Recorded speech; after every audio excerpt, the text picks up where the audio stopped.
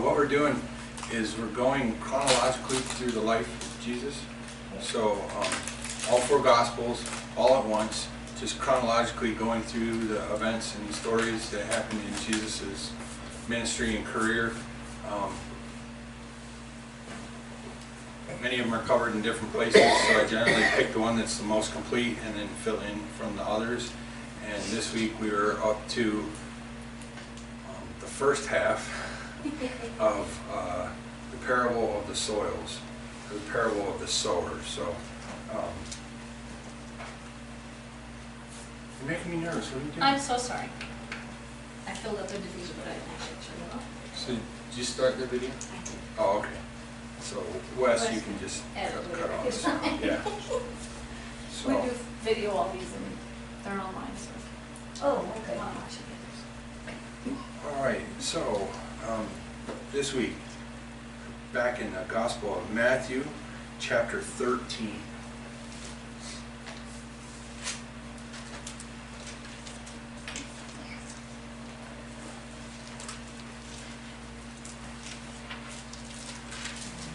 Beginning with verse 1.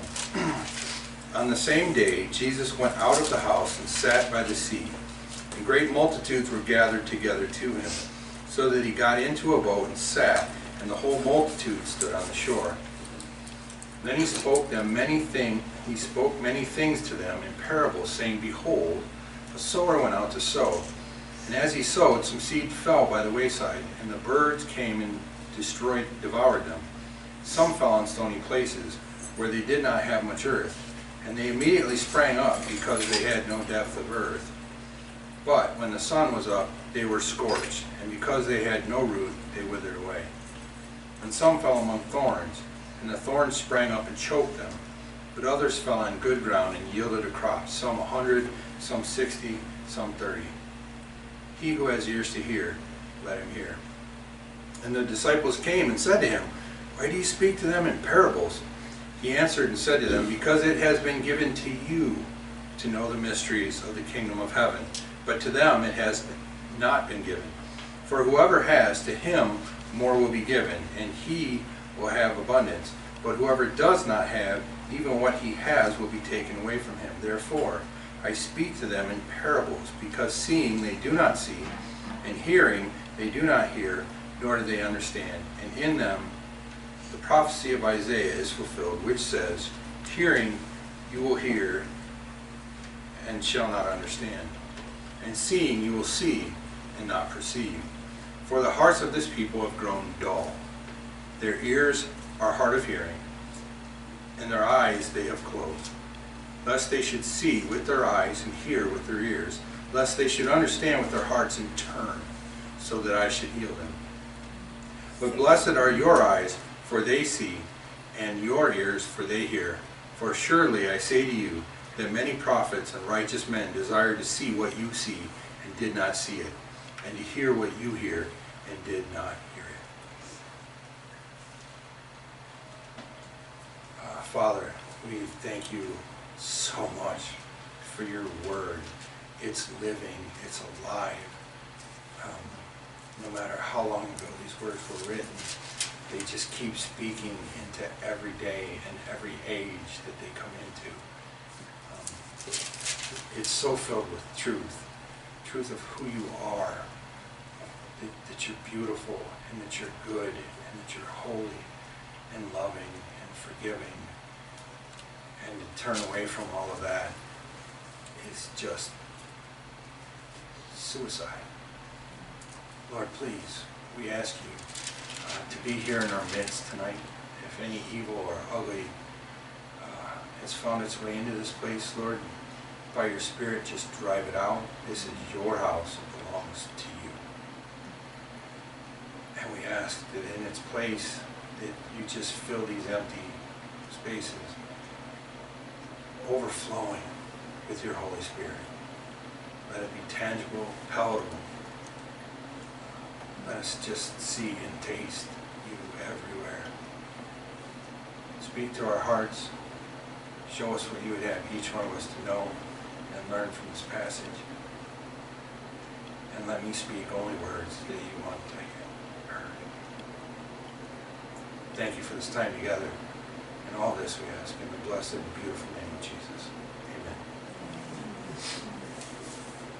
So, last week we finished up a section that began with the Sermon on the Mount and ended with a confrontation with the Pharisees in which they accused Jesus of being in league with the devil.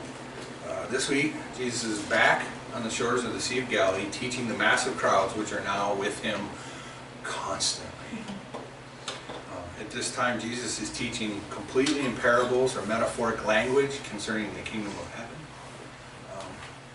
This week, we look at the parable of the sower. I call it the key parable.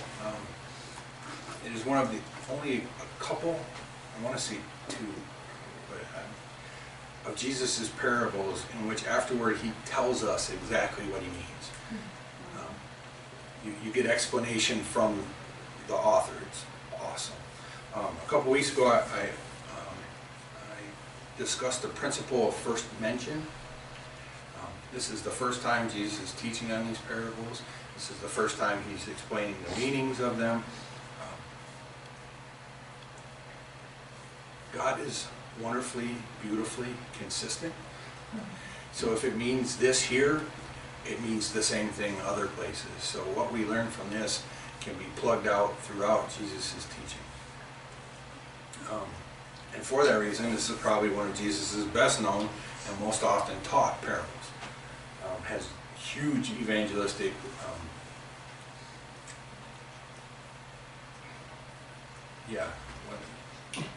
implications. That's the word I was looking for. Thank you. And so it's taught a lot. The parable and its meaning is recorded in all three of the Synoptic Gospels.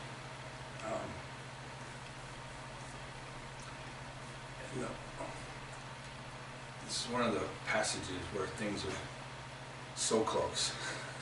Things are really close, with one exception.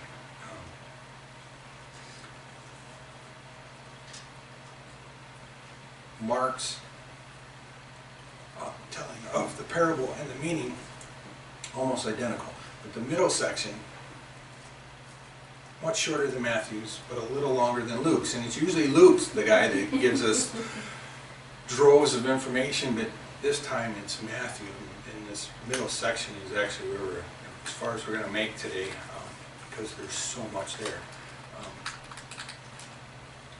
Matthew's account, I believe, is the most complete, but of course the other two often have one little detail that just sets everything on edge or changes some direction of things. So I'll pull those in as we get to them. So beginning at verse 1. On the same day, Jesus went out of the house and sat by the sea. There were no geographical clues given as to exactly where Jesus was following the raising of the widow's son in Nain. The whole interaction with John's disciples, with Simon the Pharisee, and then the group of Pharisees who accused him of being in league with the devil. We get no geographic location of that. He could have still been in Nain. He could have made his way back to the Galilee region. We don't know for sure. Nain is south and west of Galilee, as we talked about, and so it was a good 15 miles from there back to the Sea of Galilee, back to his home base in Capernaum. But we do know now that Jesus has returned to his stomping grounds, the Sea of Galilee, and probably near his home base in Capernaum. Verse 2, and great multitudes were gathered together with him, so that he got into a boat and sat, and the whole multitude stood on the shore. So this is the second time that we've seen Jesus do this. The first time was just before he called Peter, James, John, and Andrew to be his disciples on the shore of the Sea of Galilee. He's teaching, he gets in Peter's boat.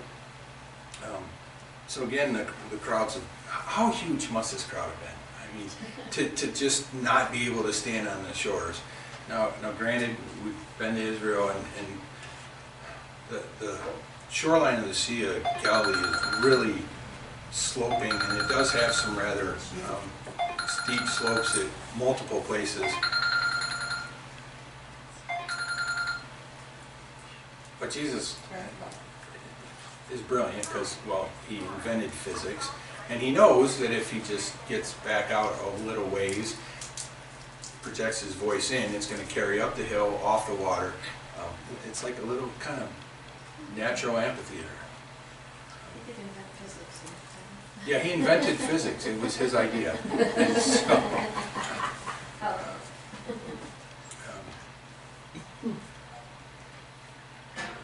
so you can kind of get a picture in your mind of Jesus in this boat, and this rocky shoreline is gently sloping up, and all these people just spread out all over it. So one of the cool things about this week's passage is that I don't have to try and figure out what all this means and then exposit it on my own. Jesus provides an explanation of the parable. So I'll wait to exposit the parable until we get to the explanation portion, which unfortunately we're not going to get to this week, so it'll be part 2 next week. So for now, we'll just read through it. So verses 3 through 8. Then he spoke many things to them in parables, saying, Behold, a sower went out to sow, and as he sowed, some seed fell by the wayside, and the birds came and devoured them. Some fell on stony places where they did not have much earth, and they immediately sprang up, because they had no depth of earth. But when the sun was up, they were scorched, and because they had no root, they withered away. And some fell among thorns, and the thorns sprang up and choked them. But others fell on good ground and yielded a crop, some 100-fold, some 60, some 30. So just a short background on ancient farming practices. Of course, there was absolutely no mechanization at this point in history. None. Farming tasks were either done by human power or assisted by beasts of burden, namely mules or oxen. That's not much for mechanization, and most people were too poor to afford those things. Meat was a rarity, so even affording an ox to do work for you was very difficult. And what all the ox or mule could do for you was pull the plow. And plows were made of wood at this point, so the soil stuck to them horribly. And if you've seen the soil content around Israel, especially in the Galilee region, it's this black basalt rock everywhere. I heard a joke once that God sent 2 angels out to spread rocks over the face of the earth, and one of them went and spread his rocks over the face of the earth, and the other one got tired and dumped his pile in Israel and went home. It's that bad.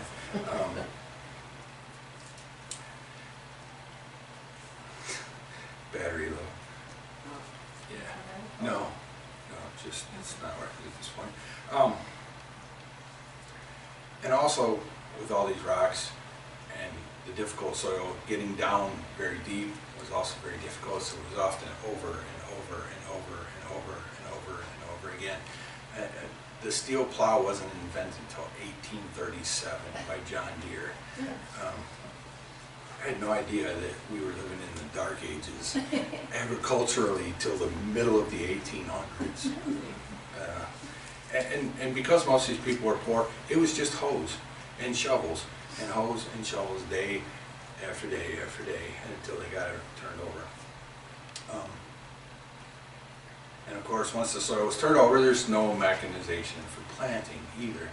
So a man would take a bag full of seed, I think Johnny Appleseed, with around his back and a big pouch sticking out on the side, and he would just reach in and get a handful and walk and try and spread it across the ground as evenly as he could as he went. Unlike a planter or grain drills used in modern farming, this is incredibly imprecise, so the seed could go anywhere. If you're thinking wheat seeds, really small, and they bounce because they hit the ground, so they could go anywhere. And if you were thinking of rye, they did a lot of rye. Jewish people like rye. It's a thing. And that stuff it's a grass seed, and you spread that out, and if there's a little breeze, it's going wherever it wants to. And this is the image that Jesus is invoking in this parable of a man with this bag full of seed just walking across the ground, scattering it across the field as he walks. And these were rural people. They understood agriculture. There weren't big cities. Capernaum was a couple hundred people, 500 people tops. And the surroundings, Bethany, Bethsaida, they were all small communities. It wasn't Jerusalem. These people knew what farming was. If they didn't farm directly, they saw it every day while they were out in their boats fishing. There's Farmer Bartholomew pulling his... So Jesus is speaking to them in a language that they understand. Sort of.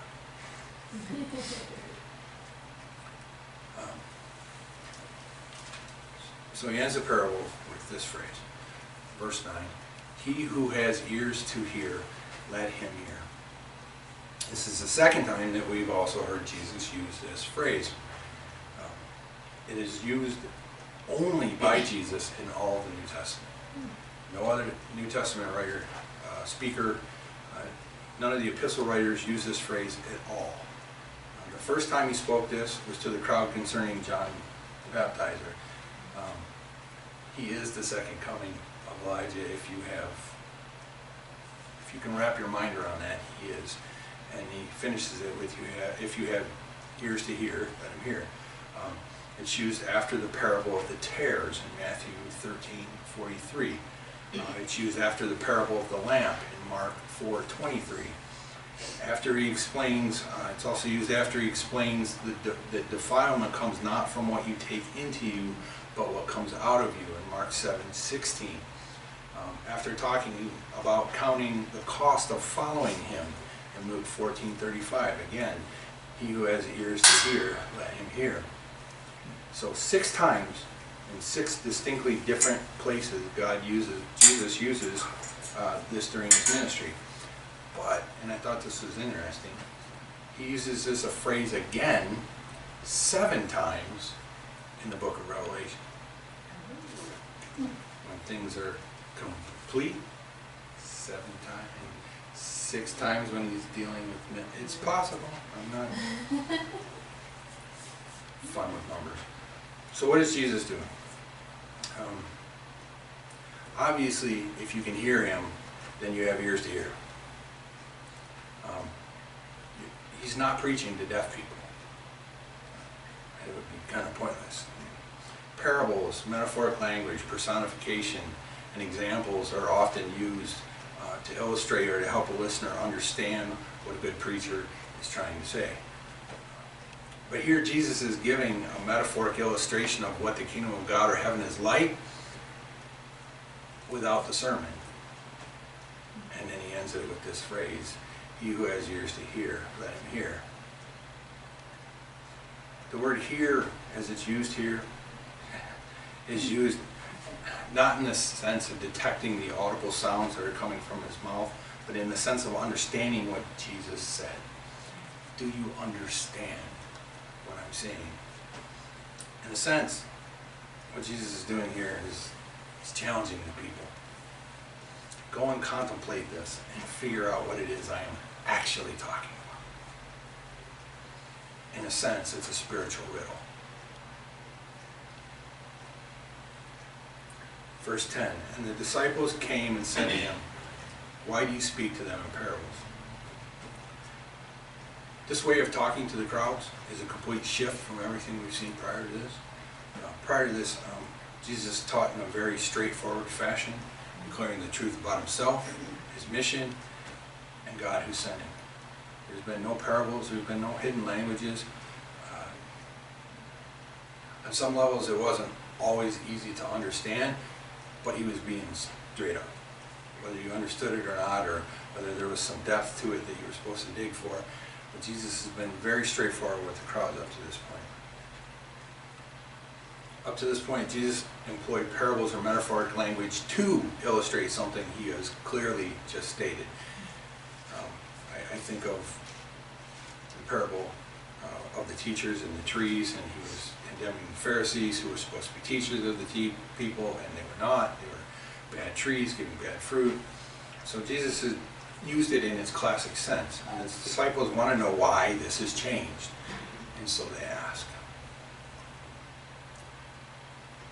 Verse 11. He answered and said to them, because it has been given to you to know the mysteries of the kingdom of heaven, but to them it has not been given. So as this group of disciples, it is given to know the mysteries of the kingdom, but to the crowd it has not. And I'll be honest with you, I struggled with this. I bristle against it. Why? This is not fair, Jesus. Why are you only talking to one group of people and not to the other? Why are you doing this? Why would Jesus give to some and not to others? I'm going to preface what I'm about to say with, this is the conclusions I came to. I looked at the text, and then I'm inferring some things. I don't want to be dogmatic about this, but this is what I believe the Spirit led me about this. This is just what I get, what I sense from how things are unfolding. Here's some reasons why I think this group of his disciples is getting this information, but Jesus is withholding it from the general crowds. One, I think the nature of the crowds has changed. Prior to this, the crowds were made up, at least in part, with those who were genuinely seeking an encounter with a man of God, possibly even the promised Messiah. These were true seekers coming to find something of God. And I also believe prior to this, Jesus was seeking disciples. And at this point, I would be willing to bet, and we'll know when we get to heaven, that Jesus' ranks are pretty much closed. Not because he wouldn't accept any more people, but this is it. This is his group. This is his core. What precipitated this? Jesus just raised somebody from the dead. And word of this has gone everywhere. Everybody knows it. Yeah, some dead kid, he just sat up and got up and started walking around, and it's gone everywhere. It's spread like wildfire. And I think this has begun to draw a very different type of crowd. One made up less of actual seekers and more of those who want to see miracles performed. They want to be entertained. And I think as we see things go along progressively, we'll see that more and more. But these crowds just want to be entertained and fed.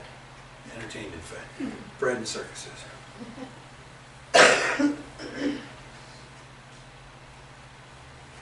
This change in makeup of the crowd, I believe, is at least one of the reasons why Jesus has changed the way in which he communicates with the crowd. So what differentiates Jesus' disciples from these crowds? I believe it is a heart for God. On some level, and it's definitely incomplete, but on some level, these disciples know that Jesus is from God. And they are following him because they have a heart that is open and sensitive to the things of God. They have faith in God.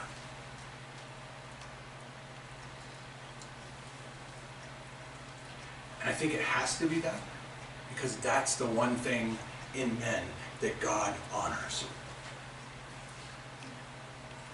To these men and women, what Jesus does strengthens or adds to their faith in God. But to the crowds that have now begun to gather, Jesus is a spectacle, a circus act. But in this, there's also God's purposes. Jesus has to get to the cross to die for the sins of the world. And that is the ultimate aim. And in some ways, this giving of revelation to some, but not to others, serves that purpose. I'm not ignoring that fact. I just don't think it fits in the aim of this particular encounter. It's going to come up again, and we'll deal with it in depth at that time. And I believe the rest of Jesus' dialogue supports the idea that in this instance, Jesus is choosing to give revelation to those whose hearts are tender to the things of God. How am I doing, JD? Can you hear me? No. All right, for whoever has, verse 12, for whoever has, to him more will be given, and he will have abundance. But whoever does not have, even what he has will be taken away from him. God honors and desires those who seek him, those who have a heart for him. 2 Chronicles 16:9, for the eyes of the Lord run to and fro throughout the whole earth, to show himself strong on behalf of those whose heart is loyal to him. If you have a heart for God and seek after him like these disciples are doing, that's what God honors. This conversation obviously is taking place after the crowds have departed. They have stuck around to get more, and more is being given. But if you have no heart for God, eventually it's going to lead to your destruction. In the end, everything you have will be taken from you. I also take from this that everyone has the basic capacity to see that there is a God and then choose to seek after him or something else. And I believe this is what Paul was talking about in Romans 1, verses 18 through 25. For the wrath of God is revealed from heaven against all ungodliness and unrighteousness of men who suppress the truth in unrighteousness, because what may be known of God is manifest in them, for God has shown it to them. For since the creation of the world, his invisible attributes are clearly seen, being understood by the things that are made, even his eternal power and Godhead, so that they are without excuse. Because although they knew God, they did not glorify him as God, nor were thankful, but became futile in their thoughts, and their foolish hearts were darkened.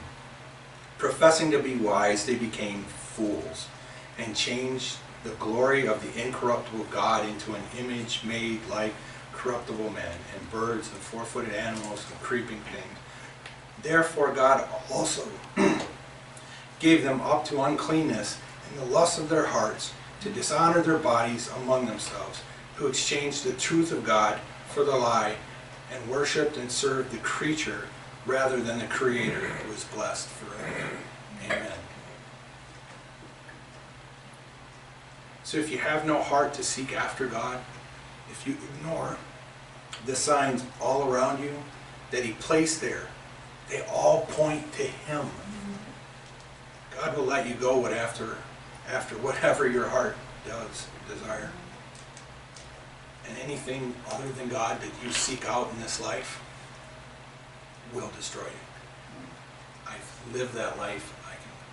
I guarantee it. Verse 13, therefore I speak to them in parables, because seeing they do not see, and hearing they do not hear, nor do they understand. Now this cannot possibly be a reference to the capacity of a person's physical ears and eyes. It can't. These people can physically see Jesus and the things that he is doing. They are not physically blind. These people can audibly detect the sounds that represent words which are coming from Jesus' mouth. They are not physically deaf. Otherwise, why would Jesus speak to them at all? There must be some other type of hearing. And it has to be something beyond the physical. Jesus is talking about the eyes and the ears of the heart, which can hear and detect spiritual truth. Eyes that can see that what is being done in the physical and understand its spiritual implications. Ears that can hear beyond the physical moving of the air, which transmits to space and is received as sounds in your eardrums forming words. Ears that hear words and understand that they do not simply apply to this physical realm. They comprehend the words that they receive and know that they have a spiritual meaning far beyond the physical realm. Verse 14, and in them the prophecy of Isaiah is fulfilled, which says, hearing you will not hear, Hearing you will hear and shall not understand, and seeing you will see and not perceive. So in this passage, Jesus is applying the prophecy given in Isaiah 6, 9 and 10 to these people.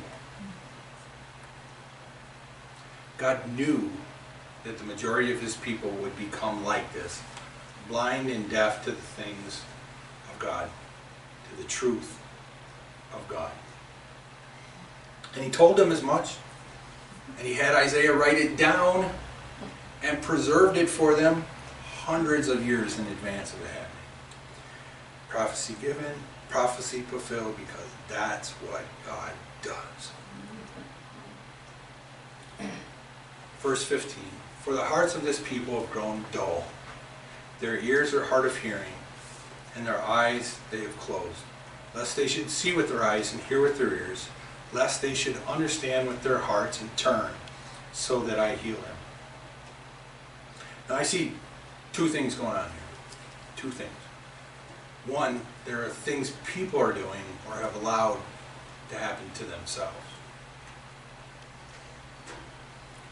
Their hearts have grown dull. They simply are not sensitive any longer to the things of God. Their ears are hard of hearing. They simply do not respond to the things that God has been trying to tell them repeatedly, to the prophets, the kings. And their eyes, they have closed. They have closed. That's a voluntary act. They have closed their eyes to avoid seeing what God is trying to show them. And yet, the language that is used in the second half of the verse, I think clearly implies that God is behind it. And in fact, both are true. I believe this is very similar to how God dealt with Pharaoh when Moses asked him to release the children of Israel. One time Pharaoh hardened his heart, and the next time God hardened Pharaoh's heart for him.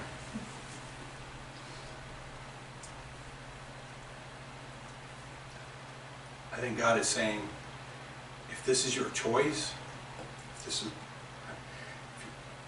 this is what you're going to do, to allow your hearts to become dull and your ears hard of hearing, close your eyes to me, then I'm going to strengthen your resolve in that, so that you have to suffer the full consequences of your choice. It is not mean or heartless. I know to a rebellious child such as myself, it sure seems that way. But it's actually called chastening. It is what good fathers do to their children. It is how good fathers help their children to learn and grow. Sometimes you just gotta let your kids do dumb stuff.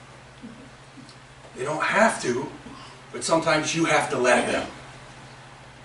And it's a shame, because I know everything, and I tried to tell you everything, and I only think I know everything. God actually does know everything, and he's been trying to tell his kids everything for thousands of years, and they just... And the consequences of the choice that these children of Israel made is that they're going to completely miss. The majority of them are going to completely miss the first coming of their Messiah. Ouch.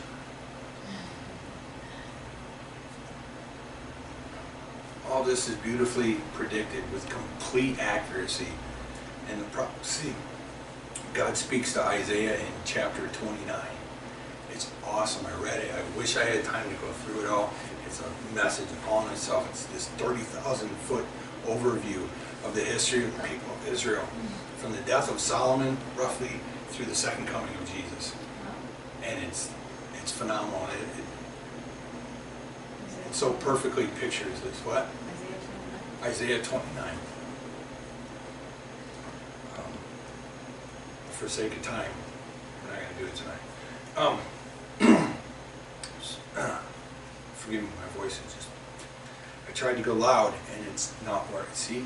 I've changed physically. Verse 16.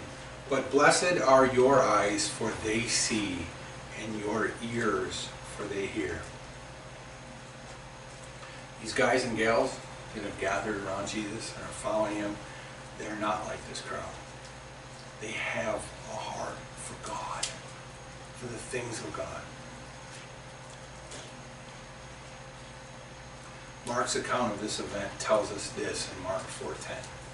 But when he was alone, those around him with the 12 asked him about the parable. Crowds are gone. The spectacle is ended, and yet these men and women have chosen to stay. They're not satisfied with parables. They want more. They're not content with milk.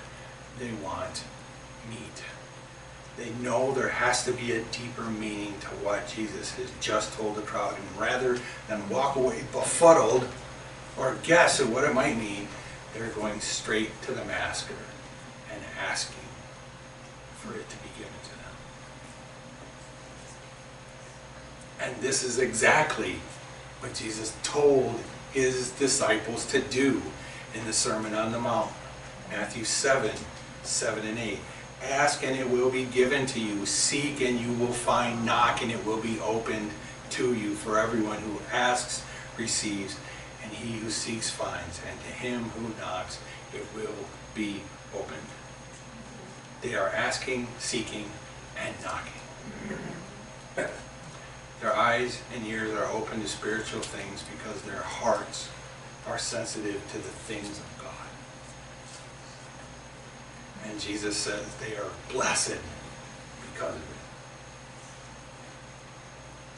Why are they blessed? Because they are about to receive abundantly the mysteries of the kingdom from the mouth of God. The incarnation of the living God is about to explain the mysteries of the kingdom. Not all at once. I'm just going to pace it out. Verse 17.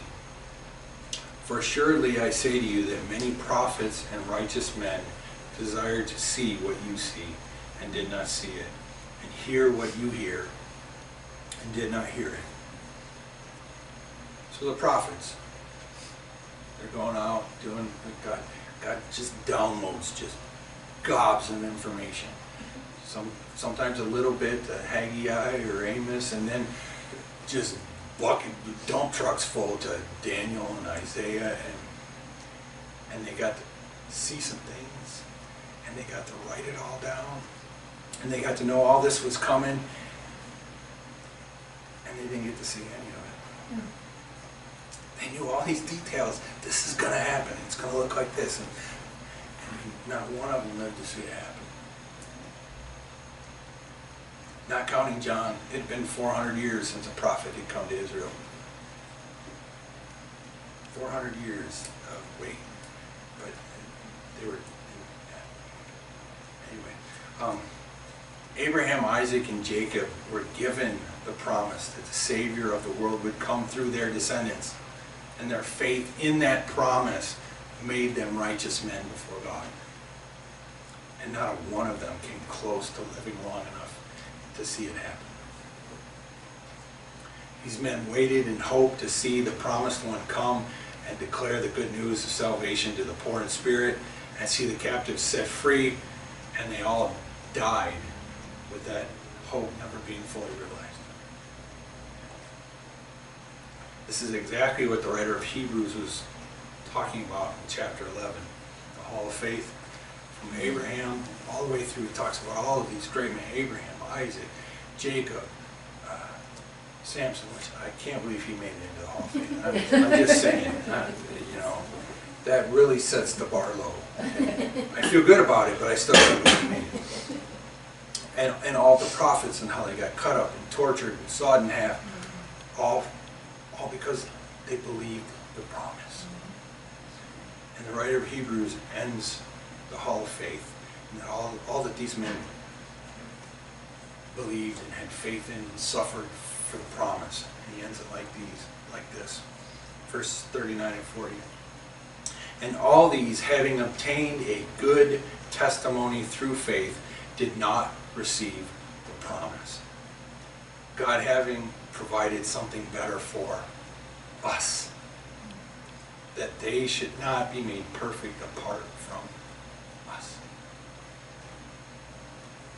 So what Jesus is saying here to his disciples is so many men have lived and died waiting for the promise to be fulfilled, and they didn't get it. But you, sitting right here in front of me today, you are seeing it. I can't help but think that Jesus is implying these men were a lot better than you, and they didn't get to see it. And you do. You are blessed. And here's the kicker. It's not just them. Because God wrote it all down. And he saved it for 2,000 years. And we get to see it like it's happening in front of us. Men, except for Samson, a lot better than us. Jacob was kind of a dirty dude too. I mean, he just did some really, but in the end God even saved him. But he didn't get to see the promise. He lays down and ladders coming out of heaven and angels and promises and you gotta wonder as he's on his cane about to die, going, is today the day? Is today the day? Never got to see it. And Moses, he didn't even get to go to the promised land. Moses was a good dude. And he didn't get this, he didn't get to see this. And Elijah kicked butt in the name of God up and down the Holy Land. And he didn't get to see the promise.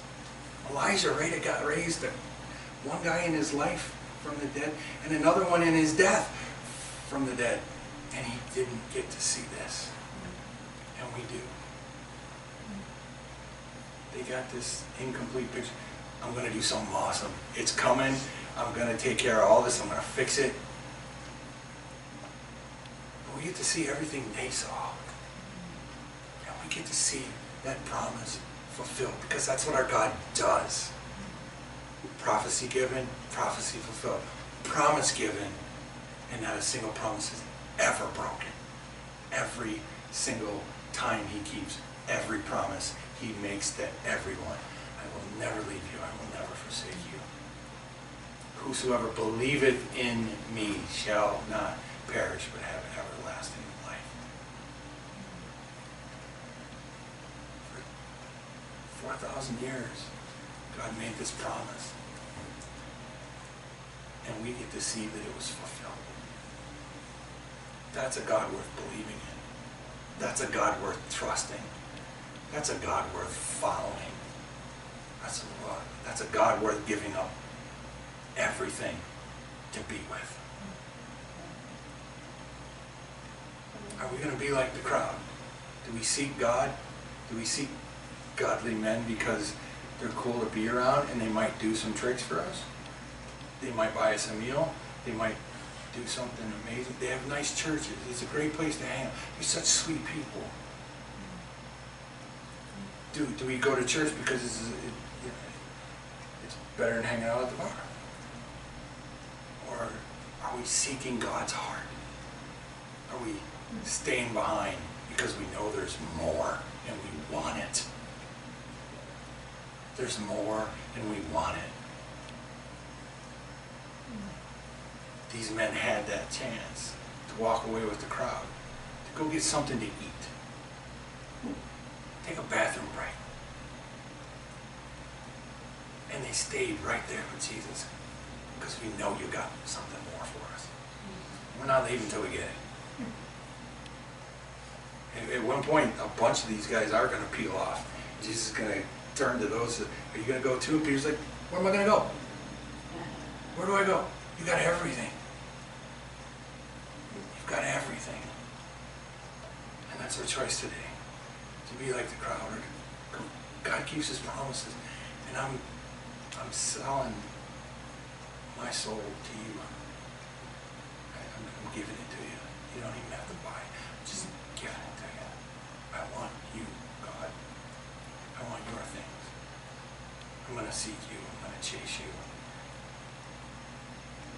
story about how Israel wandered in that prophecy in Isaiah 29. He made a promise to those people, and that prophecy ends with how God's going to fulfill that promise. He had to turn them loose. He had to cut them free. He had to chasten them. But he loves them so much that in the end, he's going to bring them back. That's a God worth following. That's a God worth knowing and loving and giving your life for.